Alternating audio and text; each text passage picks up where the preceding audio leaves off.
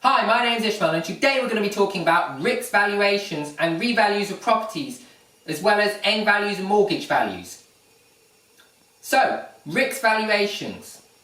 Well, in the first lockdown and after the first lockdown, we had RICS valuers being told by the Bank of England and by the RICS Association to lower the end value of properties.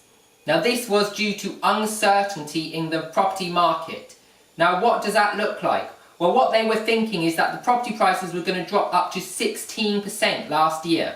And because they were expecting a drop of up to 16% in the property market, the RICS valuers were told to put a material uncertainty clause in their valuations. So what they would do is they would go around the property and they would go, how much is the property worth? Okay, well, in a normal market it might be worth this, but because we're uncertain what the market's doing, we're going to give a valuation lower than we expect, just in case it crashes.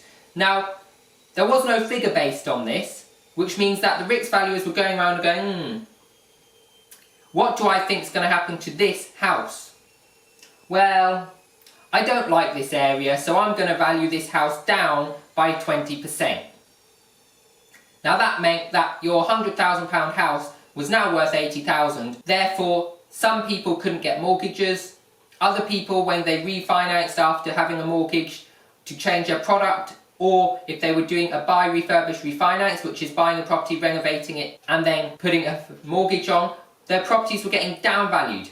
I know someone who was downvalued their property by over £100,000. There was someone else who their property was expected to be valued at £800,000, and it was valued at £600,000 due to the uncertainty of the market at the time of valuation.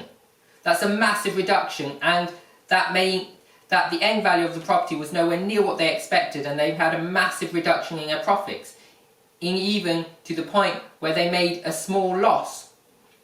Now this was happening throughout the whole of 2020, from everything from refinancing properties, remortgaging properties, putting finance on properties after being a cash buyer, to first-time buyers. Now with first-time buyers it wasn't quite so bad, but it still was being downvalued. And they were also reducing the loan-to-value of mortgage rates, which meant that you needed a bigger deposit, and then they downvalued the property, which meant that effectively you did get the property cheaper.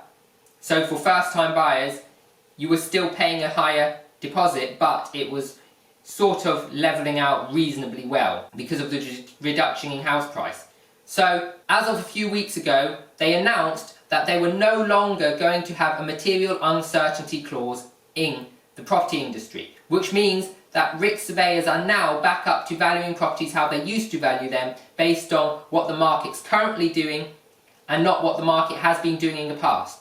So if they see a property and it's higher spec than anything else on the market, they will value it above the rest of the market, whereas before they could still value it below the rest of the market even though it was higher spec than a property which sold a few months earlier. If you like this video, please subscribe to my channel, whack that bell notification icon to get notified of videos coming out each and every week.